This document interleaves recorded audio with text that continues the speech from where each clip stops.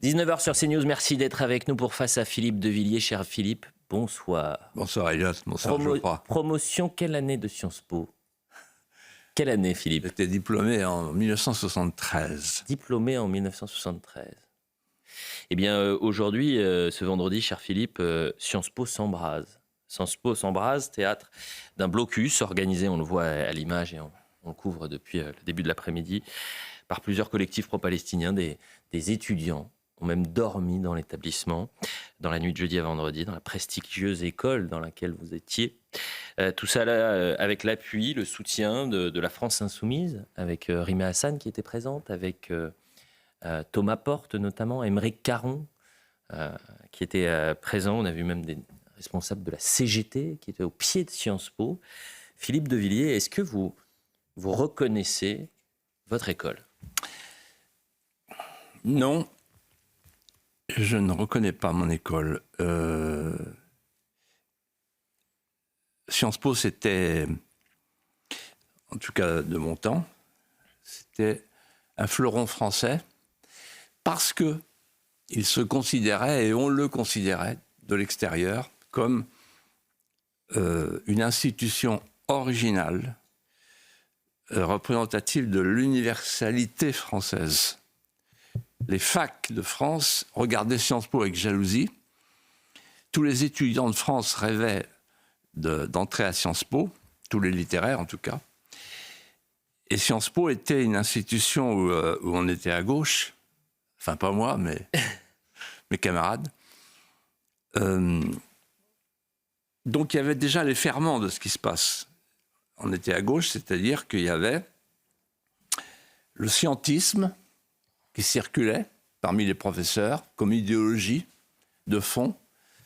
Le scientisme, ça voulait dire substituer au gouvernement des hommes l'administration des choses. C'est le consumérisme hédoniste appliqué à la politique, après mai 68. On était dans la société de consommation. Et le scientisme, ça voulait dire aussi, le socialisme est devant nous pour 1000 ans. On ne pensait pas du tout que le mur allait tomber. Et donc, il faut trouver un accommodement raisonnable entre le capitalisme et le socialisme. Ça s'appelle la social-démocratie. Et donc, on nous enseignait les mérites de la social-démocratie. Ça, c'était la première chose. Et puis, le deuxième ferment. Alors, ce premier ferment, il a donné la mondialisation, en fait. Ils se sont précipités dans l'imitation marchande et le bien-être cosmique dès qu'ils ont pu. Et le deuxième ferment, c'était l'anticolonialisme, 10 ans après l'affaire algérienne. L'anticolonialisme, ça voulait dire que déjà, il ne faisait pas bon chercher à donner une bonne réputation à notre pays. La France était coupable déjà. Sartre avait fait son boulot, la préface à Frantz Fanon, tuer un occidental, c'est faire une pierre deux coups, voilà. Celui qui est libéré, celui qui est au sol, qui est à terre. Et donc, en fait, moi, quand je disais il faut qu'on aime notre pays, les gens se retournaient en disant c'est qui celui-là? D'où il vient? De Vendée? Voilà. C'est-à-dire qu'en fait, le patriotisme, ils pratiquaient déjà la phrase de Drieux-La Rochelle, ils étaient déjà européistes. La phrase de Drieux-La Rochelle, le temps des patries est fini, quoi. Donc c'était ça. Mais là, ce à quoi on assiste, c'est l'américanisation de Sciences Po. Voilà, ils l'ont voulu, ils l'ont fait, ils l'ont. L'américanisation de Sciences Po, c'est le parrainage de Columbia, le partenariat avec une université américaine. Mm-hmm. Donc le mimétisme. Et en fait, quand la France veut imiter l'Amérique, elle imite la mauvaise Amérique, c'est-à-dire la fille incestueuse d'un protestantisme dévoyé et de la Révolution française. Et ça donne ce qu'on voit en ce moment. Geoffroy Lejeune, vous avez une question pour Philippe de Villiers. Oui, Philippe, Elliott l'a dit, vous avez été un étudiant à Sciences Po, vous avez été aussi un étudiant à l'ENA, donc quelque part un pur produit du parcours classique de nos élites républicaines d'il y a quelques années. Et pourtant, quand vous avez été le patron du département de la Vendée, vous avez créé un institut d'études supérieures privé, l'ICES, je crois à La Roche-sur-Yon. Ma question, c'est simple. Pourquoi vous avez fait ça ? Quelle était la carence déjà à l'époque que vous aviez identifiée dans l'enseignement public ou en tout cas dans tout ça ? Et est-ce que vous croyez, quand vous voyez le spectacle désolant qu'on a sous les yeux là en ce moment, que finalement le salut de la formation de nos élites passera en fait par le privé ? Moi, j'ai eu la chance de passer par l'enseignement privé et je voyais mes camarades d'en face qui étaient dans l'enseignement public et qui étaient moins performants souvent. C'est comme ça que je suis rentré à Sciences Po et à l'ENA, en fait, grâce à l'enseignement privé. Et donc, je me suis dit que... j'ai toujours pensé que le public, c'était le régalien, mais qu'en dehors du régalien, il faut laisser faire les gens, il faut laisser le privé, laisser la concurrence, l'émulation. Partout où il y a l'émulation et la concurrence, il y a le progrès, le vrai progrès. Et donc, j'ai créé effectivement tout ce que j'ai créé dans ma vie et qui a marché, c'est le privé, c'est le Puy du Fou, l'ICES, etc. Et l'école universitaire, en fait, c'est un principe dans tous les pays du monde qui ont créé une école universitaire, ça a marché. Parce que l'école universitaire prend le meilleur de l'université, le haut niveau des professeurs, des enseignements, le cours magistral, et en même temps le meilleur de l'école, c'est-à-dire l'accompagnement des élèves, accompagnement personnel, accompagnement individuel. Donc si vous avez le meilleur de l'enseignement supérieur et le meilleur de l'école au niveau de l'accompagnement, vous avez des compagnons du Tour de France qui font le tour de la science, le tour de l'univers, le tour de l'ouverture d'esprit. Philippe de Villiers, j'ai une question à vous poser concernant ce blocus avec une mobilisation, disons-le, marginale des étudiants de Sciences Po. Dans la nuit de jeudi à vendredi, ce sont quoi, 60, 70 étudiants qui ont décidé de camper dans l'établissement. Au pied de Sciences Po aujourd'hui, il y avait quoi, 300 à 400 individus, peut-être majoritairement des gens qui n'étaient absolument pas étudiants à Sciences Po. Et donc, c'est cette minorité qui vient bloquer un établissement où sont présents habituellement, quotidiennement, peut-être 2000 étudiants. Et donc, c'est sur cette tyrannie, en quelque sorte, des minorités. Est-ce que vous l'aviez vécu ? Est-ce que vous aviez un temps alerté sur cette situation-là ? Ce à quoi on assiste, là, par-delà ce que vous dites, qui est important, effectivement, ce sont des minorités, mais les minorités sont toujours les minorités qui gagnent. Minorités agissantes. Donnez-moi 1000 hommes, disait Lénine. Il a réussi. Non, là, on est devant un phénomène beaucoup plus grave. Sciences Po, c'est, comment dirais-je, c'est l'échauguette qui ne doit pas nous cacher l'idée que derrière, il y aura le donjon central qui va tomber. Et c'est quoi le donjon central ? C'est toute l'université française qui est gangrénée aujourd'hui. Toute l'université française suit l'Amérique. Et donc, soyons concrets. Elle est gangrenée par quoi, l'université française ? Par l'islamo-wokisme. C'est-à-dire que vous avez les minorités agissantes dans toute l'université française qui infusent l'islamisme et qui infusent le wokisme. Et par l'intersectionnalité, pour l'instant, ils se battent les uns avec les autres. Mais ils sont en train de détruire ce qui a fait la grandeur de la France. C'est-à-dire la fabrication des élites universelles, avec l'esprit d'ouverture. Autre question, vous vous rendez compte, Philippe, ce qui se passe en ce moment. Nos universités sont en train de s'effondrer. Quand vous pensez que quelqu'un comme Florence Bergeau-Blaclair ou Sylviane Agacinski, qui est maintenant académicienne, elles ne peuvent plus aller dans une université. Ou Geoffroy Lejeune, qui avait été invité à Sciences Po Lille, si je ne m'abuse, Geoffroy. Oui. Et, il y avait aussi, d'ailleurs. Et à Paris également, il y a quelques années. Puis la réunion avait été annulée. Ouais, bien sûr. Peut-être que vous pouvez nous raconter cela ? Ah non, mais c'est une histoire connue, reconnue. Il y a eu aussi Alain Finkielkraut. Ça m'est même arrivé aussi dans une école de commerce, ça m'est arrivé dans une université. C'est vrai que j'ai été invité par des étudiants qui souhaitaient m'entendre après avoir entendu d'ailleurs des personnalités de gauche ou de droite, peu importe.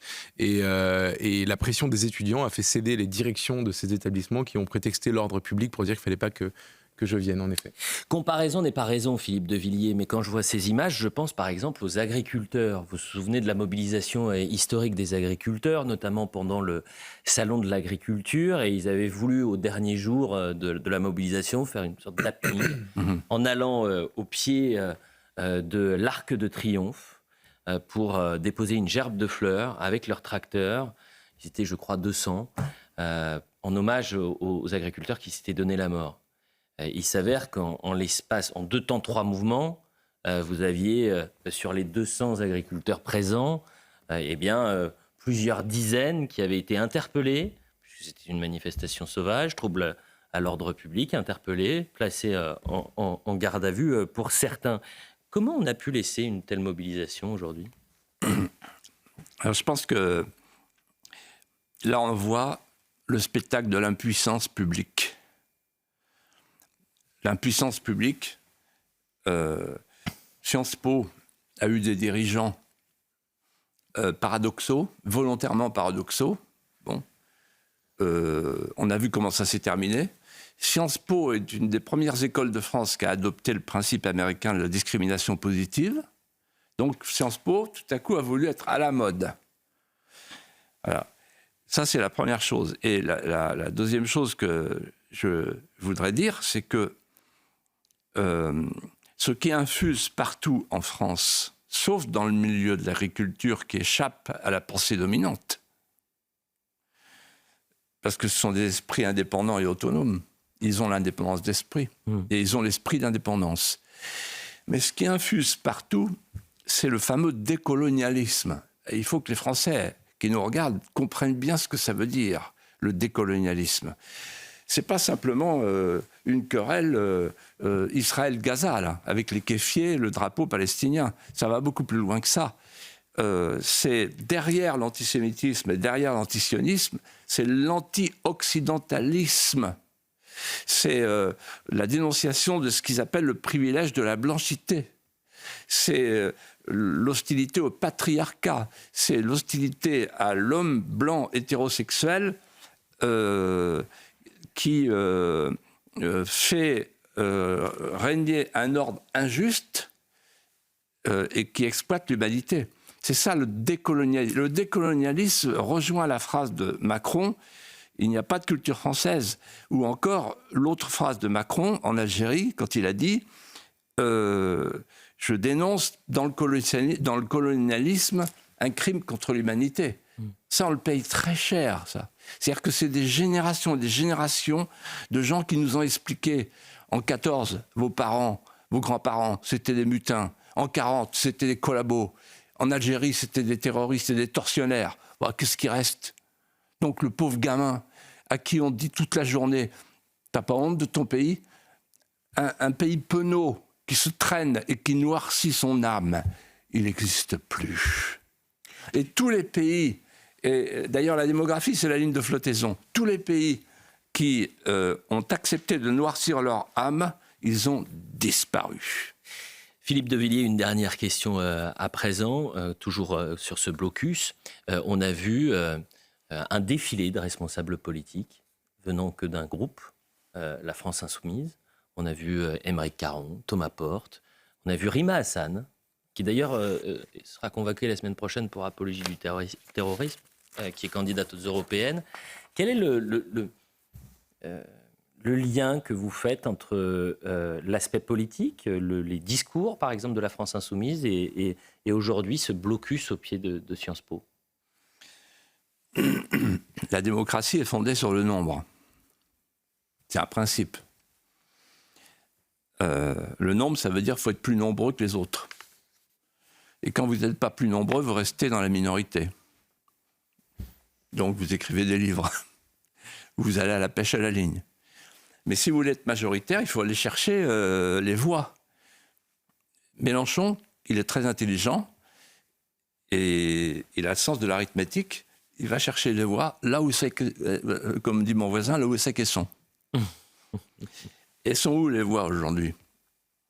Les voix qui ne sont pas prises ailleurs, elles sont dans les banlieues. Et donc, Mélenchon, il applique le vieux principe marxiste du lumpenprolétariat. Et donc, il y a cette chose extraordinaire qu'il faut redire aux Français. Dans les années 80, il y a un think tank qui s'appelle Terra Nova et qui a expliqué, voilà, on ne peut plus gagner, la gauche, parce qu'en fait, on a accepté la mondialisation heureuse qui s'est traduite par des délocalisations massives, donc on n'a plus d'ouvriers. Et les ouvriers qui restent, comme ils ne sont pas contents de nous, ils vont en face, dans la crèmerie d'en face. Et donc, qu'est-ce qui nous reste? Il nous reste les minorités. Minorités homosexuelles, minorités féministes, etc. Et naturellement, les banlieues, et naturellement, l'islamisme et le wokisme. Et qu'est-ce qui est en train de se passer? La démographie traditionnelle de la France, la démographie bourgeoise de la Macronie et de la droite classique, qui passe son temps à avaler toutes les couleuvres qu'on lui propose, c'est une démographie déclinante. Alors que la démographie des banlieues, elle, c'est une démographie montante. Donc en fait, Mélenchon, qu'est-ce qu'il se dit? Il suffit de patienter. Et de patienter soit pour gagner le premier tour de l'élection présidentielle, qui ne s'occupe pas du tout de ce qui se passe en ce moment avec l'élection européenne, soit d'opérer un chaos. C'est-à-dire qu'en fait, je pense que Jean-Luc Mélenchon, qui au fond de lui-même est un vrai révolutionnaire, il s'en fout des élections en fait. S'il peut y arriver par la voie de l'élection, il le fera, mais s'il voit qu'il ne peut pas, et qu'il peut faire une révolution, il le fera. Il connaît l'histoire de France, 1830, 1848, 1789, etc. Il sait comment ça se passe, il sait comment on entretient un bouillon de culture et comment on lève une troupe de terroristes. Philippe, je vous ai posé tout à l'heure une question sur l'école que vous avez créée à La Roche-sur-Yon, parce que vous vous adressez souvent à la jeunesse, parce que c'est notre avenir. Vous avez même créé d'ailleurs aussi une école au Puy du Fou. Enfin, c'est quelque chose qui vous tient à cœur. Là, on a sous les yeux les images de la jeunesse, nos futures élites qui sont encore dans leur jeunesse aujourd'hui. Sciences Po, c'est en théorie et encore en pratique l'endroit où on forme ceux qui vont nous diriger demain, ceux qui vont diriger l'économie, ceux qui vont diriger les administrations, qui vont faire de la politique, etc. Qu'est-ce que ça vous inspire, ces images, quand vous savez que peut-être ces gens-là, demain, nous gouverneront? Est-ce que vous pensez que c'est une génération qui va changer beaucoup de choses, qui seront très différents de leurs aînés? Ou est-ce que finalement, ça a toujours été le cas depuis mai 68 et il y a un équilibre qui se crée? Est-ce que c'est inquiétant pour la suite, pour les gens qui nous dirigeront plus tard, ce qu'on est en train de voir en ce moment? Alors, c'est vrai que moi, j'ai rencontré ce matin 2 amis qui étaient des trotskistes quand ils étaient à Sciences Po, mais qui ne voulaient pas me parler à l'époque. Et maintenant, ils sont venus voir en disant « Regarde ton émission tous les vendredis soirs ». Donc, si vous voulez, bon, voilà. Donc, je me suis dit, je suis arrivé ici en disant « Il faut être optimiste ». Bon, parce que le boomer, sur le tard, quand il arrive à la retraite, et qu'il a un peu la trouille du rôle à la suite de ce qu'il a fait comme apprenti sorcier, il reconnaît plus son œuvre, vous voyez. Bon, et la révolution, c'est quand on est jeune, vous voyez. Mais en fait, tous ces gens, si vous voulez, ils ont vécu dans l'ambiance de Viviani, qui parlait du socialisme révolutionnaire, qui disait « Nous avons arraché les consciences humaines aux traditions désuètes. Lorsque le misérable ployait sur ses genoux, fatigué par la fatigue, par le jour, par le poids du jour, alors nous l'avons relevé et nous lui avons dit « Au-dessus des nuages, il n'y a rien, il n'y a que des chimères. Chers amis, par un geste magnifique, tous ensemble, nous avons éteint dans le ciel toutes les lumières. On ne les rallumera plus. Voilà notre œuvre révolutionnaire. » Ben bravo. Parce qu'un pays ne peut pas vivre sans une petite lumière. Un pays ne peut pas vivre sans respecter sa tradition. Un pays ne peut pas vivre durablement avec la table rase. Un pays a besoin d'aimer son destin. Et pour aimer son destin, il faut qu'il aime son passé. Il faut qu'il se ressource, qu'il ressource ses songes, qu'il ressource ses rêves, qu'il vive et revive de ses attachements vitaux. Et ce qui m'inquiète beaucoup, c'est que ces jeunes-là, ils vivent dans l'instant consumériste, hédoniste. On leur a rien donné. On n'a pas su élever leur regard avec quelque chose de grand qui s'appelle la France. Et moi, je ne crois plus qu'il soit possible de dire aux jeunes ce qu'on disait de mon temps. Regarde la France, aime-la parce qu'elle est grande, aime-la parce qu'elle est puissante. Vous voyez, le truc de Macron hier sur la puissance, ça ne marche plus chez les jeunes. Ils sont écorchés vifs. Il faut leur dire, regarde la France comme elle est belle. Et si on faisait ça, on gagnerait parce que c'est vrai. Voilà ce qu'on pouvait dire sur le blocus de Sciences Po, Philippe de Villiers. Une petite publicité, on revient dans un instant, on va traiter d'autres sujets, parce que ce serait aussi dénaturer cette émission que d'être monothématique, parce que cette émission, c'est aussi un bond dans le temps, dans notre histoire, de revenir sur les sujets qui ont marqué notre actualité cette semaine également, et parce qu'en l'état, depuis le début du blocus, il ne se passe pas grand-chose. Donc c'était important de prendre de la hauteur avec vous. Mais je peux vous dire quelque chose ? Oui. Elliot. En fait, je n'ai pas bien répondu tout à l'heure. Sûr. J'ai l'esprit d'escalier. Mais vous avez le droit. Il y a des gens qui nous... Vous savez qu'il y a énormément de jeunes qui nous regardent là. Oui. Et qui regardent ce qui se passe à Sciences Po. Et qui se disent, c'est pas possible, on ne peut pas laisser faire ça. C'est-à-dire que vous avez une jeunesse qui va se lever, une jeunesse française qui va se lever, qui est en train de se lever. Vous allez voir. Et d'ailleurs, regardez les sondages des élections à venir. C'est fini. Ils savent qu'ils ont perdu. Ils savent qu'ils sont en train de perdre. Et moi, je vous dis, la France va renaître. La publicité, revenons dans un instant pour traiter d'autres sujets. Évidemment avec vous, Philippe de Villiers et Geoffroy Lejeune. Un peu moins de 19h30 sur CNews pour la suite de Face à Philippe de Villiers. Cher Philippe, vous êtes avec nous bien sûr et Geoffroy Lejeune. On est revenu en longueur sur ce blocus aujourd'hui qui se poursuit au pied de Sciences Po. L'évacuation devrait se dérouler dans les prochaines minutes. Il reste encore quelques centaines de militants qui sont présents et qui font une sorte de sitting. S'il se passe quelque chose, évidemment, on reviendra sur cette actualité-là, mais je pense que vous avez tout dit et que ça ne sert à rien de rester pendant des heures sur cette actualité-là. On y reviendra un peu plus tard dans l'heure des Pro 2 avec toutes les séquences. Revenons à l'actualité de la semaine et on va parler de la GPA, Philippe de Villiers, qui est revenu dans le débat public cette semaine avec une question. Où est la maman ? S'est interrogé Marion Maréchal après l'annonce de paternité du designer Jacques Mus et de son mari, devenu parent de jumeaux. La tête de liste Reconquête accusée d'homophobie pour ce message, directement attaqué par la porte-parole du gouvernement Prisca Thévenot. Voilà ce qu'elle a dit. Cette homophobie décomplexée est hallucinante. Aujourd'hui, nous fêtons les 11 ans de l'adoption du mariage pour tous, une grande victoire pour l'égalité. Continuons à nous mobiliser contre toutes les formes de discrimination et pour garantir les droits de tous les citoyens. On écoute Marion Maréchal. On l'écoutera peut-être, elle s'était, en tous les cas, elle avait répondu à ce message chez Pascal Praud. Philippe de Villiers, comment vous expliquez cette polémique alors que la GPA est interdite en France et tout le monde le sait ? Alors justement, c'est incompréhensible parce que Marion Maréchal, en fait, a fait un rappel au bon sens. La GPA est interdite en France et elle est même maintenant interdite en Europe puisque l'Europe a pris une décision récente qui classe la GPA dans la catégorie du trafic des êtres humains. C'est tout dire. Donc elle a eu raison, et c'est une forme de courage que de dire la vérité, de rappeler tout le monde au bon sens. Mais ça va plus loin. Elle a eu raison parce que, comme l'a dit le professeur Friedman,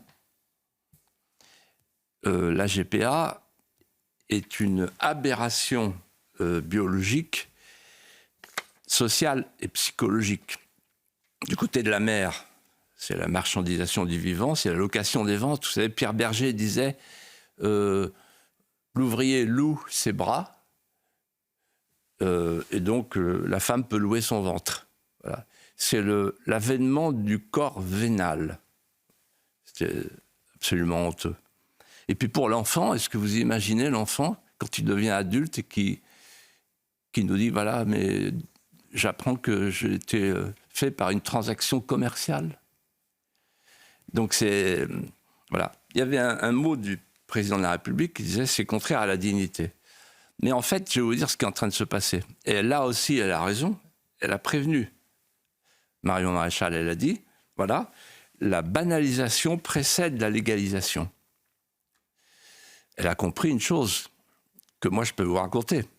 Quand il y a eu le mariage pour tous, quand il y a eu le Pax, bien sûr. On nous a dit, c'est pour éviter le mariage pour tous. Et toute la droite, comme un seul homme, a foncé. Je les revois tous. Bon, quand même, Philippe, attends. Et il y a une porte coupe-feu. Bon, on a eu donc et le Pax et puis le mariage pour tous. Et dans le mariage pour tous, on a dit, oui, mais il n'y aura jamais l'adoption pour les couples homosexuels. Et on a eu l'adoption, on a eu la PMA même. Et puis, quand il y a eu la PMA, on nous a dit, il n'y aura jamais la GPA. Et là, la petite musique que vous avez citée, Elliot, avec la porte-parole, qui est inénarrable, cette porte-parole. C'est la reine de la gaffe. Hein. Donc, elle s'est engouffrée en disant homophobie, etc. Ça n'a rien à voir. Bon. Et peut-être qu'elle ignore la position du président de la République, mais peut-être aussi que le président de la République, il attend que les choses évoluent pour pouvoir nous dire le jour venu, comme pour la fin de vie, bon, ben allons-y. Voilà.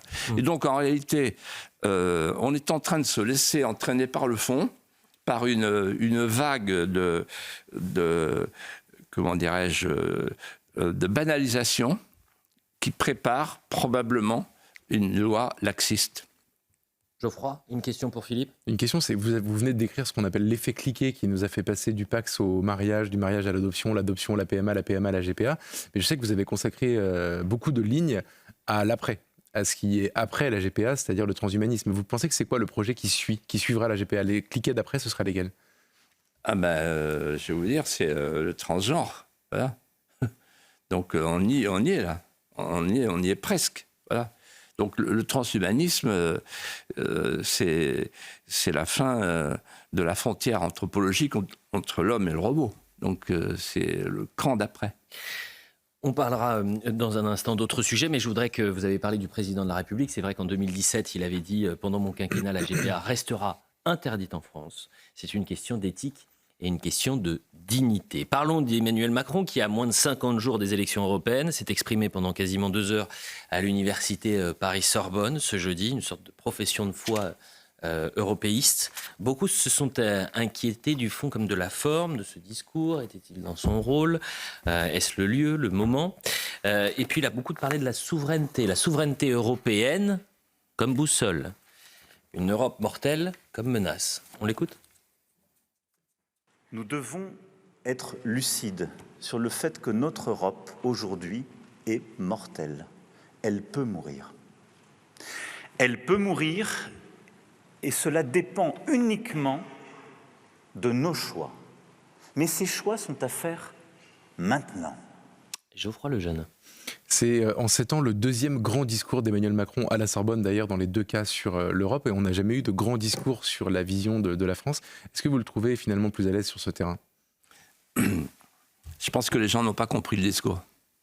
Je pense que c'est un discours majeur. Pour la raison suivante, c'est qu'il a congédié l'article 5 de la Constitution, et c'est la première fois. Le président de la République, je cite, est le garant de l'indépendance nationale, de l'intégrité du territoire et du respect des traités. Il a tout balancé. Et il a substitué, pour la première fois, à la souveraineté nationale qu'il n'a pas nommée, la souveraineté européenne. Qu'est-ce que ça cache? Ça cache ce qui est en train de se préparer au niveau européen, avec le PPE et avec l'Allemagne. Premièrement, première nouveauté, l'élargissement à 35 voire 40 pays. La Moldavie, l'Ukraine et naturellement les Balkans. Donc c'est plus gérable. Où sera la frontière?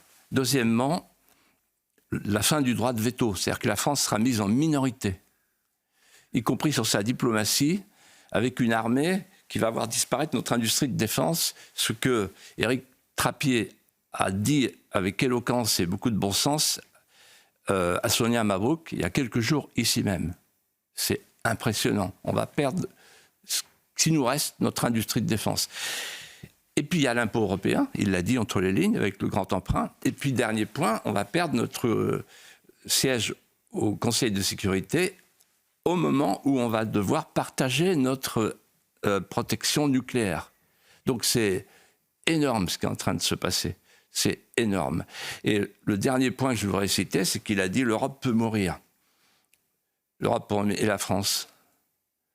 La France porte le deuil d'une grandeur défunte. Elle a connu dans son histoire bien des malheurs et s'est toujours relevée. Pour la première fois, ayant traversé des épreuves dont elle est sortie douloureuse et victorieuse, par la première fois, elle ressent la crainte de devoir disparaître. Et le président de la République, avec jubilation, nous a expliqué que l'Europe peut mourir. Qu'importe les Français, qu'importe la France. D'ailleurs, à la fin, il a dit vive la République, vive l'Europe, vive la France. On vient en troisième. Encore heureux.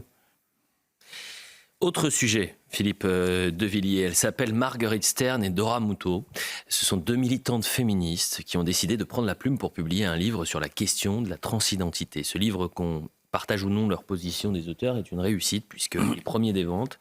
Et pourtant, la mairie de Paris a décidé de bannir toutes les publicités dans les rues de la capitale, considérant ce livre comme transphobe.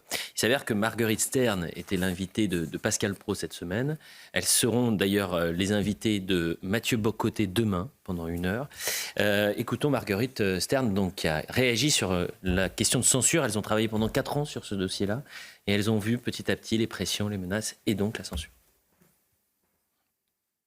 Moi, je me suis pris des œufs dans le visage en manifestation. Parce que Dora faisait, quand vous dites qu'elle a perdu tous ses contrats? Dora était influenceuse sur Instagram, donc elle travaillait avec des marques. Et petit à petit, en fait, toutes les marques ont annulé ses contrats avec elle parce que Dora a commencé à dire que les femmes sont des femelles, qu'être une femme est une réalité biologique, qu'on ne veut pas d'hommes sur les podiums sportifs féminins, enfin des choses quand même de base sur lesquelles on devrait tous pouvoir s'entendre. Et donc, à cause de ça, oui, elle a perdu tous ses contrats. Donc en fait, cette censure, cette violence, nous, ça fait 4 ans qu'on l'a subie et on n'est pas très surprise qu'elle s'exerce à l'encontre de notre livre dans le cadre de cette campagne de promo. Mais par contre, ce qu'on remarque aussi, c'est que on est censuré d'un côté, mais d'un autre côté, il y a un véritable intérêt pour le livre, en fait. Philippe de Villiers, comment expliquez-vous cette censure autour de ce livre, et je le disais, qui truste les premières places des ventes? Je les ai appelés, ces deux auteurs, et elles m'ont impressionné par leur courage et aussi leur bon sens. En fait, elles traversent 3 épreuves. La censure au sens judiciaire, puisqu'elles sont traînées devant les tribunaux.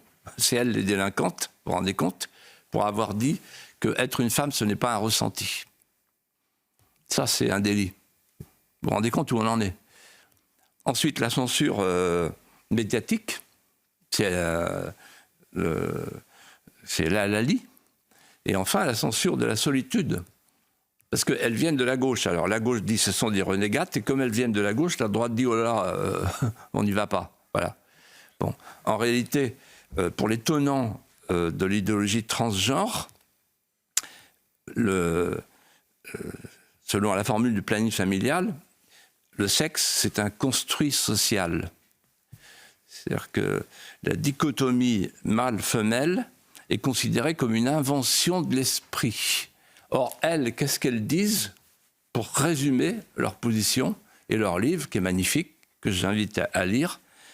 Elles disent, si jamais le transgenrisme et le transhumanisme aboutit, si ce projet aboutit, alors cet aboutissement marquera la fin de l'être humain tel que nous le connaissons. Geoffroy Lejeune, vous avez une question pour Philippe. C'est un peu ce que vous venez de dire que je voulais vous faire développer, c'est-à-dire que quand il y a une censure, c'est une volonté d'empêcher de débattre d'un sujet. Or, tout à l'heure, quand vous avez décrit la mécanique des cliquets en matière de loi sociétale, vous avez dit que c'était la prochaine étape dans le projet, l'avènement du transhumanisme, qui était la dernière étape avant la rupture, je vous cite, de la frontière anthropologique entre l'homme et le robot. Oui, alors en fait... je ne sais pas si on a le temps... Allez-y, vous avez 3 minutes. Oui. Je sais que vous êtes chirurgical. Non, mais pour répondre à Geoffroy, si vous voulez, dans l'histoire de l'humanité, c'est la première fois que l'homme démiurge tente de fabriquer un homme nouveau désincarné, c'est-à-dire sans incarnation. Le premier homme nouveau, avec la régénération baptismale, c'était Saint Paul. Il y a eu la Révolution, qui a fait suite au rousseauisme. Et le rousseauisme, c'était l'idée de débarrasser l'homme nouveau, le nouvel homme nouveau, de sa finitude originelle. C'est le progressisme. Et donc là, il y a eu la première régénération des constructions avec le rousseauisme. Ça a donné Condorcet, ça a donné Diderot, qui voulait fabriquer une espèce humaine nouvelle. Il y a même Maupertuis qui a dit il faut des haras humains. C'est-à-dire que c'est l'homme délié. Première étape. Délié de tout. Deuxième étape, c'est le boboïsme. Le bourgeois bohème qui hérite d'un nouveau modèle sociétal, le capitalisme libertaire. Ce capitalisme libertaire, ce modèle sociétal, en fait, aspire aux no-limites des libertaires et aux no-frontières des libéraux. Et cet idéal mercantile fabrique et prépare un individu global, remplaçable, substituable, sans mémoire ni postérité. Et la troisième étape, on est en train de la vivre, avec le wokisme. C'est la fin de toute frontière physique pour une société multidéculturée, décoloniale, et la fin de la frontière anthropologique. Alors vous avez la fin de la frontière entre les sexes, nous y sommes, la fin de la frontière entre l'animal et l'homme, la fin de la frontière entre la mort et la vie, avec l'euthanasie, et la fin de la frontière entre l'homme et le robot. Alors on est passé donc de l'homme nouveau délié à l'homme nouveau désaffilié, et maintenant à l'homme nouveau auto-engendré. En fait, c'est un jardin d'Éden à l'envers. Hommes et femmes, il les a faits. Le serpent arrive et dit « Sicut Dei Eritis », vous serez comme des dieux. Philippe de Villiers, le printemps, on l'attend. Le printemps, cher Philippe, il fait chez vous en Vendée, il fait un froid de canard également, c'est comme à Paris? Il fait toujours beau, il y a un microclimat. Parce que nous, vous savez que cette semaine, on a ressorti les bonnets. Hein. Ouais. J'étais à 2 doigts de mettre le chauffage au mois d'avril. Philippe de Villiers, on dit souvent quand même, avril ne te découvre pas d'un film, mais fais ce qu'il te plaît. Mais c'est vrai qu'on attend un peu de soleil, un peu de chaleur. Et dans cette émission, cher Philippe, vous souhaitiez revenir sur le printemps de vos enfances. Pourquoi vos enfants? Vous me laissez un peu de temps, là? Je vous laisse 4 minutes. C'est contractuel. C'est contractuel, exactement. Vous allez voir où je vais vous emmener. Les gens qui nous regardent, ils disent qu'est-ce qu'il va nous raconter, c'est le printemps. D'abord, quand j'étais petit, la première musique qu'on mettait avec ma sœur Bibiane et mon frère Bertrand, c'était le printemps de Vivaldi. Et mon père disait, là, plutôt que d'écouter les nouvelles, écoutez le printemps de Vivaldi. La musique rend heureux. Voilà. Moi, je me souviens effectivement des printemps de mon enfance, de mes courses folles parmi les primes verts, les azur, carmin, safran, qu'on piétinait. C'était un éblouissement et une ivresse. On entendait au loin la brise légère dans laquelle venaient s'installer les cloches des accordailles qui déposaient dans la nappe profonde de la conscience les sonorités vitales. Et puis, la vie s'écoulait au fil de petits ruisseaux à cressons qui chantaient entre les ors des mimosas. j'étais captivé par le chant nuptial d'un chardonneret, un répertoire éblouissant. On l'appelait le Mozart des cimes. Et mon panthéon de personnages était composé de figures de voisinage, de mes voisinages. Il y avait des gens importants. Le premier, c'était Raymond Martin. C'était le garde champêtre, qui s'en allait répétant, matin, midi et soir, plus ça va, moins ça va. Si ça continue, il faudra que ça cesse. Et puis il y avait Olivier, le cantonnier, qui levait son verre d'eau-de-vie en tremblant et qui prétendait descendre en ligne directe de Noé la dernière ivresse mystique, martelait-il. Ces gens-là étaient illettrés et cultivés. Et puis il y avait mon voisin, mon cher voisin Samuel, courbé sur son Brabant, qui épousait l'arrondi de son champ pour creuser son sillon. Et moi, je le moquais en disant « Il n'est pas droit ton sillon, il est courbe ». Et il me disait « Mon petit gars, quand l'ouvrage va être fini, tu viendras avec moi de loin, tu verras, il sera droit ». Ainsi, cet homme était-il habité, sans le savoir, par la loi du Parthénon, dont les colonnes évasées le sont pour paraître droite de loin. Ça s'appelle l'esthétique paysanne. On descendait ensemble à la cave le soir, et où le mot était rare, lesté de tanin. Nous étions du même arpent, nous étions du même sarment. On pouvait se parler par onomatopée. La vie, la nature, était une fête, une liturgie. Il y avait la dévotion populaire, il y avait les reposoirs, il y avait la procession des rogations au printemps,